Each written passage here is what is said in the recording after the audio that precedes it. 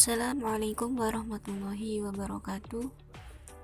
Kami dari kelompok 3 akan menjelaskan tentang istilah-istilah dasar ilmu hadis.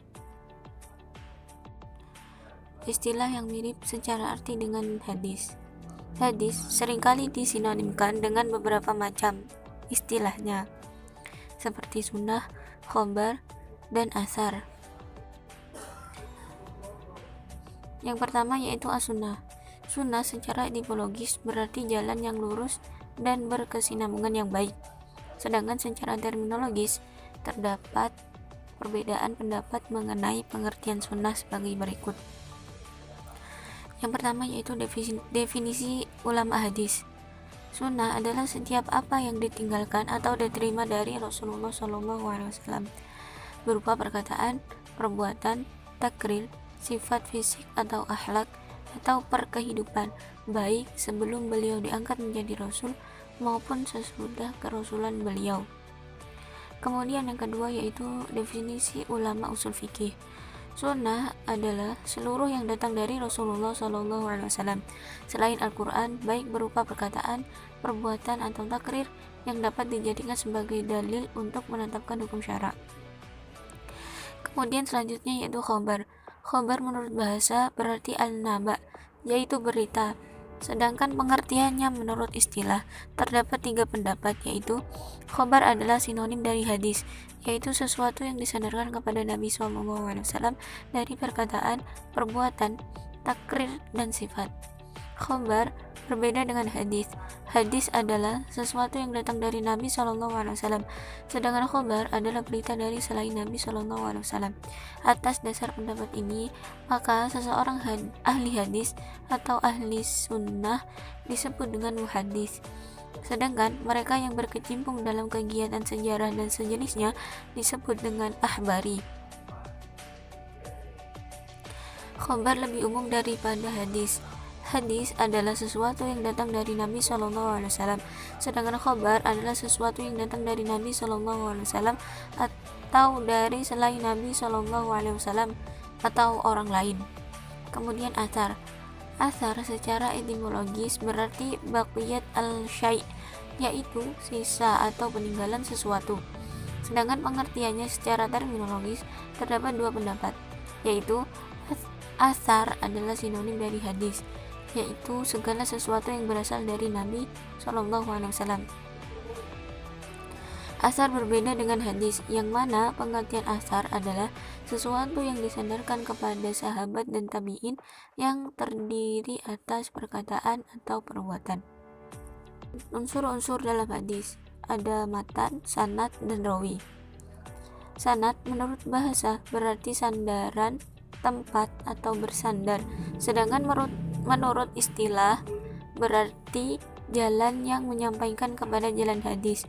Selain itu, ada yang memaknai sanad sebagai jalan matan atau rangkaian para rawi yang meriwayatkan matan dari sumber yang pertama. Dapat disimpulkan bahwa terminologi sanad adalah jalannya hadis, silsilah orang-orang yang menyampaikan hadis atau perawi dari sumbernya yang pertama. Maksudnya, mata rantai para periwayat yang menghubungkan matan mulai dari periwayat awal hingga periwayat akhir. Dengan demikian, sanad mengandung 2 bagian penting, yaitu nama-nama periwayat dan lambang-lambang periwayatan hadis yang telah digunakan oleh masing-masing periwayat dalam meriwayatkan hadis. Misalnya, sami'tu, ahbaroni, an, dan anna. Umar bin Khalid telah menceritakan hadis padaku dari Imam Bukhari. Ia berkata, Al-Laits menceritakan hadis padaku, atau Umar bin Khalid dari Yazid dari Abu Al-Khair dari Abdullah bin Amr radhiyallahu anhu bahwa seorang lelaki bertanya kepada Nabi SAW, manakah Islam yang paling baik? Beliau menjawab, memberikan makanan dan membaca salam pada orang yang engkau kenal dan yang tidak engkau kenal. Hadis riwayat Bukhari. Selanjutnya yaitu matan. Matan menurut bahasa adalah punggung jalan, tanah yang keras dan tinggi. Sedang menurut istilah adalah bunyi atau kalimat yang terdapat dalam sebuah hadis yang menjadi isi riwayat. Apakah hadis tersebut berbentuk ucapan, perbuatan, atau ketetapan dari Rasulullah? Singkatnya, matan adalah isi atau perbuatan hadis yang telah disampaikan. Kemudian perawi, yaitu orang yang meriwayatkan sebuah hadis. Perawi pertama dimulai dari para sahabat, kemudian pada para tabi'in, sampai kepada para penyusun hadis seperti Imam Bukhari dan Imam Muslim dan lain sebagainya. Kemudian terdapat sebuah istilah-istilah yang berhubungan dengan gelar ahli hadis. Yang pertama yaitu al-musnid, gelar keahlian bagi para periwayat hadis beserta sanadnya, baik ia menguasai keadaan sanad ataupun tidak menguasainya. Al-musnid juga disebut dengan at-talib, al-mubtadi, dan ar-rawi, yang bermakna orang yang hanya mempelajari dan mengajar hadis, akan tetapi tidak mengetahui segala seluk-beluk tentang ilmu hadis. Ia lebih cenderung sebagai perawi saja. Yang kedua adalah al-muhaddis. Tingkatannya lebih tinggi dari al-musnid, karena al-muhaddis bukan hanya hafal sanad, melainkan juga mengetahui sanad dan ilat, nama-nama tokoh hadis, hafal matan, dan mengetahui kitab kutubus sittah, serta mengetahui kitab musnid Imam bin Hambal, Sunan Baihaqi, Mu'jam at-Tabrani, dan sanggup menghimpun atau menulis 1000 hadis. Yang ketiga adalah al-hujjatul Islam, gelar untuk ulama yang sudah hafal lebih dari 300.000 hadis beserta sanad dan matannya.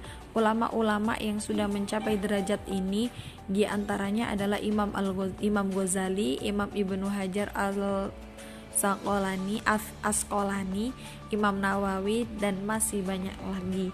Namun di zaman sekarang sudah tidak ada ulama yang mampu mencapai derajat seperti ini.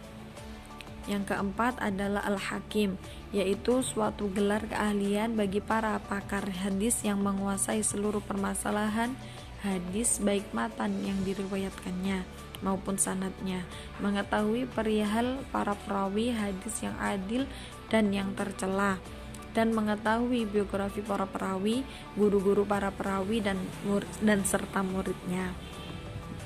Yang kelima adalah al-hufadzud dunya, adalah gelar untuk ulama yang mampu menghafal lebih dari 1 juta hadis beserta sanad dan matannya.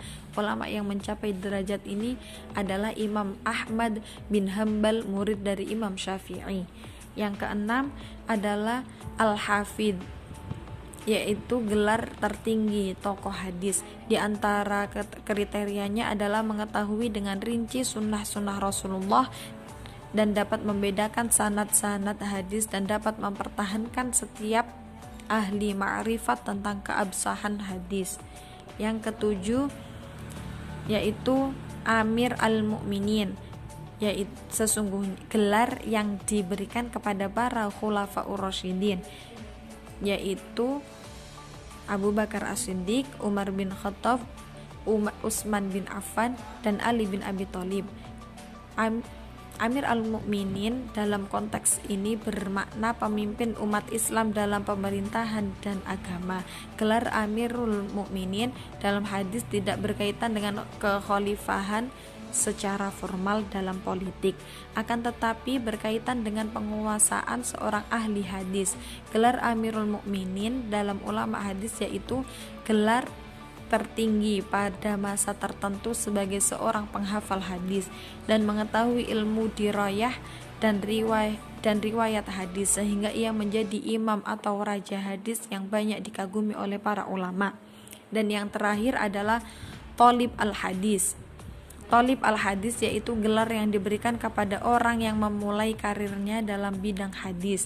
Dengan kata lain, orang yang sedang mencari hadis ataupun yang sedang mempelajari hadis. Kami rasa sudah cukup penjelasan dari kelompok 3. Kurang lebihnya mohon maaf yang sebesar-besarnya. Wassalamualaikum warahmatullahi wabarakatuh.